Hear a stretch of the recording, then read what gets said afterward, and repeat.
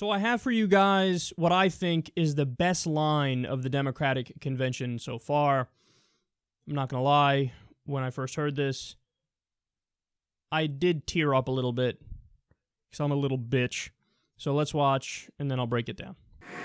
That is the story of this country, the story that has brought me to this stage tonight, the story of generations of people who felt the lash of bondage, the shame of servitude, the sting of segregation, but who kept on striving and hoping and doing what needed to be done so that today I wake up every morning in a house that was built by slaves.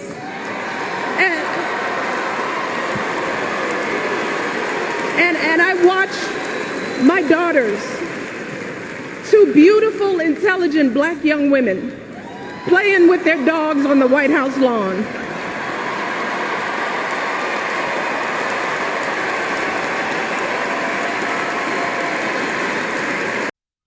Now, she made those comments in the context of talking about the glass ceiling for getting a woman to become president, and Hillary Clinton can shatter that glass ceiling, so let's go out and let's vote for her because of that. Now, understand, guys, do I want the first woman president? Yes, I do. Did I want that woman president to be Hillary Clinton? No, I didn't. I would much prefer Elizabeth Warren. I'd much prefer Jill Stein.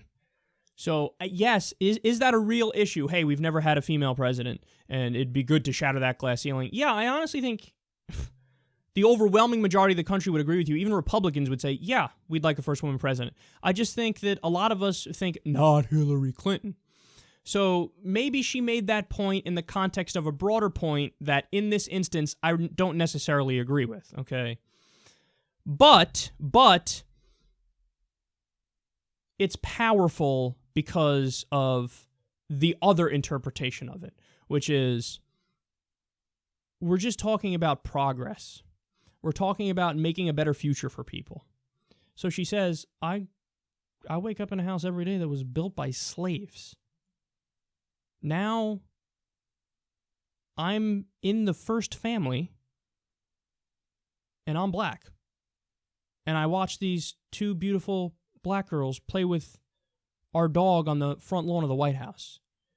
I mean, that juxtaposition, man, that's what made me tear up, is that, yeah, there was a time when black people in the U.S., they were literally less than human. They were slaves. They were viewed as property. And then it was a painful and long fight. Okay, now it's Jim Crow laws, and now it's segregation. And then even today, the fight isn't over. The drug war is disproportionately used to target minority communities, and you lock up a tremendous number of them. That's that book, The New Jim Crow. You should read that book. I highly recommend it.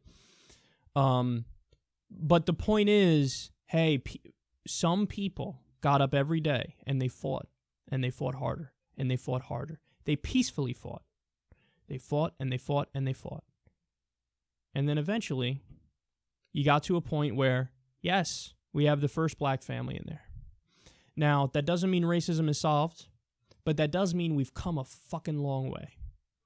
And the message I take away from that is not the point she was making, which, again, the broader context was the glass ceiling for a female president, and Hillary Clinton can be that president, yada, yada, yada. What I take away from that is, so that kind of progress is possible. Black people going from slaves to now we have a black president. Well, that's also possible for the healthcare system we have. 45,000 people die every year because they don't have access to basic healthcare. We can get that number to be zero, like it is in other modern nations. We can have Medicare for all. When I hear Michelle Obama say that, I think, we can have a living wage for everybody. We just got to fight. We can talk about the remnants of a bad old time when we had a system where you could work a full-time job and not make enough money to survive and feed your kids and put a roof over your head. We can fight to the point where we get a living wage. We can fight to the point where this student loan debt crisis, this scandal, is a thing of the past. Hey, students are drowning up to their fucking eyeballs in debt. You got millennials who can't get a car, can't get a house, and they're just going to have a worse life than the previous generation, which is unheard of. Well, we can get up and we can fight every day to the point where we fix that. We get universal college. We divert our tax dollars from unnecessary stupid wars like the $7 trillion hole in Iraq, and we put it towards education for the future. We stop spending on pork barrel projects and corporate welfare as much as we do, and we divert it to education for the people. If we fight, we can win. The evidence of that is the evolution we've made on that issue that she's bringing up. Now, obviously, to go from slavery to not slavery, there was the Civil War. But everything after that, it was just grinding, gritty, hard work, man. It was just, let's get out there and let's make a difference. The civil rights movement, all this stuff. Well, history is still unfolding in front of us. We get to make history. We get to define history. It's just a matter of, do we want to do the work? Do we want to get out there and protest for universal health care? Do we want to get out there and protest for universal college? Do we want to get out there and end the wars? Do we want to get out there and fight for a living wage? If we say yes, we can change it. The only thing stopping us is us and our work ethic and our desire and our drive.